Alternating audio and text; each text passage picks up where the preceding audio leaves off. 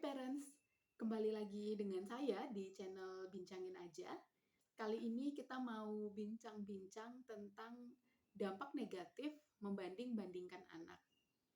Seringkali kita sebagai orang tua, baik disengaja maupun tanpa disengaja, kita membanding-bandingkan anak kita dengan anak yang lain. Kalimat-kalimat yang sering diucapkan seperti, lihat tuh si A, udah bisa makan sendiri, kamu masih disuapin aja sampai sekarang. Atau kalimat yang lain, lihat tuh si B, nilai dan prestasinya di sekolah sangat baik, membanggakan orang tua, kamu belajar aja malas.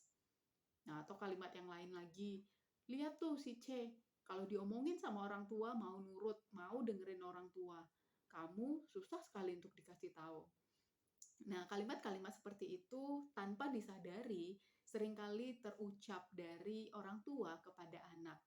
Atau bisa saja dulu saat kita masih anak-anak atau saat kita remaja, kita sering menerima kalimat-kalimat seperti itu dari orang tua kita.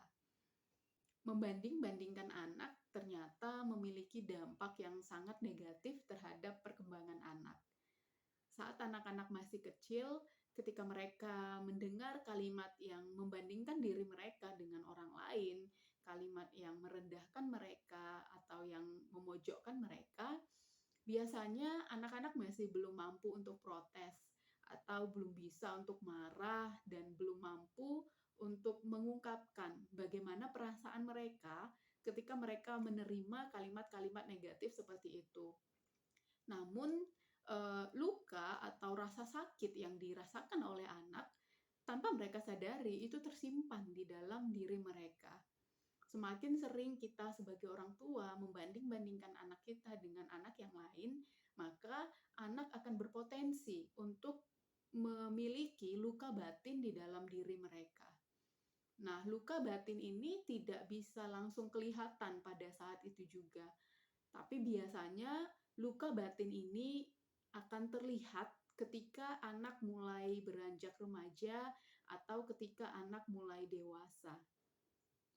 Anak-anak yang memiliki luka batin akibat sering dibanding-bandingkan biasanya akan tumbuh menjadi pribadi yang memberontak atau menjadi pribadi yang keras ketika mereka remaja atau ketika mereka dewasa.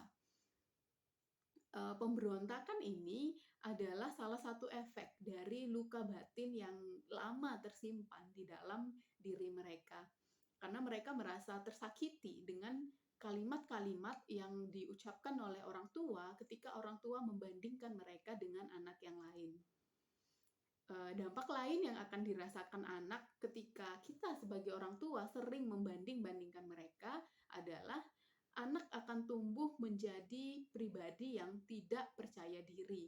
Karena anak akan merasa bahwa apapun yang ia lakukan, apapun yang ia miliki, itu tidak cukup baik untuk dapat diterima oleh orang tua atau untuk dapat diterima oleh lingkungannya.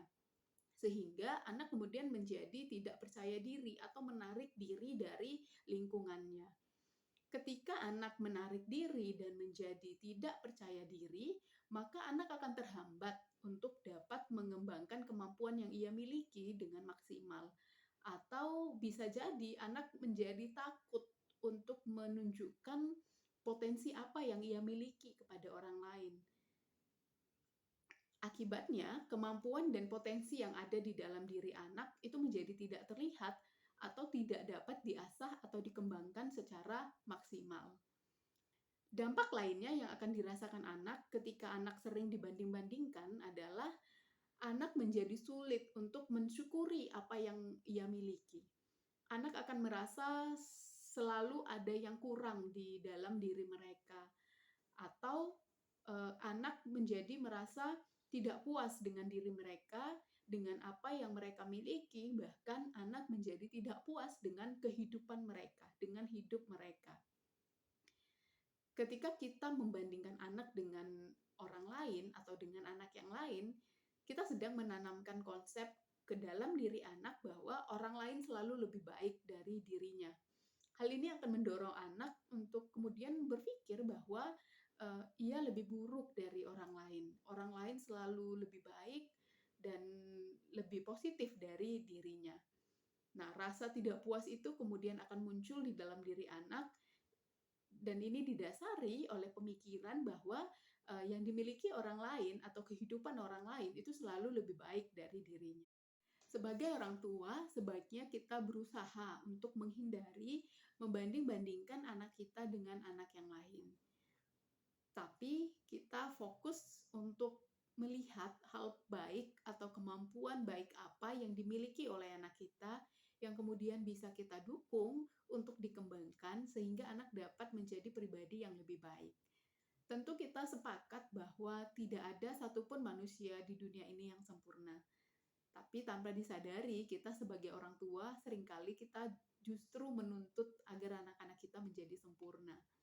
Kita menuntut agar anak-anak kita sama seperti orang lain, atau kita menuntut agar anak-anak kita itu sesuai dengan idealnya yang kita inginkan. Padahal setiap anak itu memiliki sifat dan karakter yang berbeda satu dengan yang lain. Setiap anak itu memiliki bakat, kemampuan, dan potensi yang berbeda satu dengan yang lain. Nah, kalau kita sebagai orang tua, kita hanya fokus atau hanya melihat hal baik atau hal positif yang dimiliki oleh anak yang lain, dan kemudian kita membandingkannya dengan anak kita, maka kita tidak akan bisa melihat hal baik yang ada di dalam diri anak kita. Karena kita hanya fokus pada anak yang lain. Kita nggak fokus pada kebaikan atau hal positif yang ada di dalam diri anak kita. Banyak orang tua berpikir kenapa kemudian orang tua sering kali tanpa disadari membanding-bandingkan anaknya dengan anak yang lain. Mereka berpikir bahwa dengan membandingkan anaknya dengan anak yang lain, ini anaknya akan menjadi termotivasi untuk menjadi lebih baik gitu. Padahal nyatanya anak bukannya menjadi termotivasi, tapi justru anak merasa direndahkan, merasa tidak diterima, dan merasa tidak dihargai oleh orang tuanya. Sedikit banyak, tentu hal ini akan berpengaruh juga terhadap kualitas hubungan antara orang tua dengan anak. Ketika orang tua selalu menuntut anak agar menjadi seperti orang lain, kemudian anak menjadi merasa direndahkan dan tidak diterima, maka akan sulit bagi anak untuk membangun hubungan yang hangat dengan orang tua. Karena sudah tersimpan rasa sakit, atau rasa kecewa, rasa tidak diterima, tidak dihargai, dan tersimpan luka batin di dalam diri anak.